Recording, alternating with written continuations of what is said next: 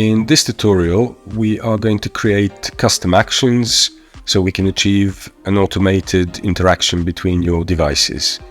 We will use the two simple devices we've built in the previous tutorials, the Smart LED and the Smart Button, and see how one can control the other. So if we go to ChipChop.io and we head straight for the development console, on the devices we can see the two devices we built before, the Smart Button and the Test LED. And all we have to do is go into the action section, and we are going to create a new action, and this one will switch the LED on or off. So first one is LED on, and here we need to choose which device and which component on that device is going to trigger that particular action. In this case we're using the button device and the button component, but that doesn't have to be a device that sends trigger events. It can be anything. It could be a temperature sensor, and we could be just looking for the temperature value to rise over a certain threshold, for example, and that could then start the air conditioning unit.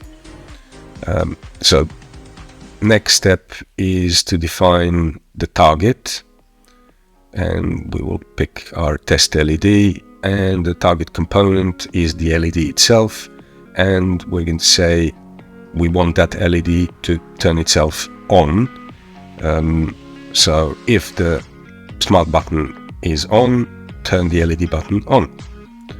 And final step, we need to choose the time and the days when we want this action to work. So we'll just say every day and any time. And you can also see the time zone in that panel. The time zone you will specify in the device settings, in the device section for each device. So you can have devices anywhere in the world. They don't have to be in the same time zone, and ChipChop will handle the correct time automatically. Finally, you need to make sure that this action is active or not active, and to press save. And then we will do the second action, which will turn the LED off. So we'll just give it a name. We'll again choose our button and our button component, and we'll say when it's off, then the target will be again the test LED button and the LED component, and we want it off, and we want this action to happen anytime it's active, and we're going to save it.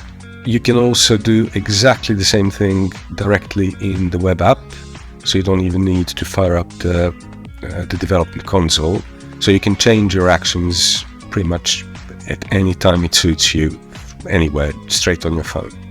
And here we go, we have the two little gizmos we've built before, the Smart Button and the Smart LED, and we click the button now, it turned the LED on or off.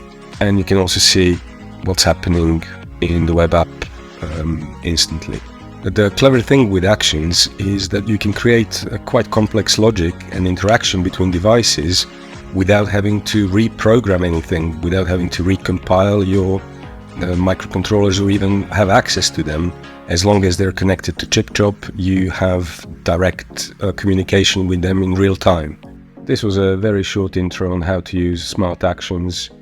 We will cover some more tips and tricks in other tutorials. Have fun!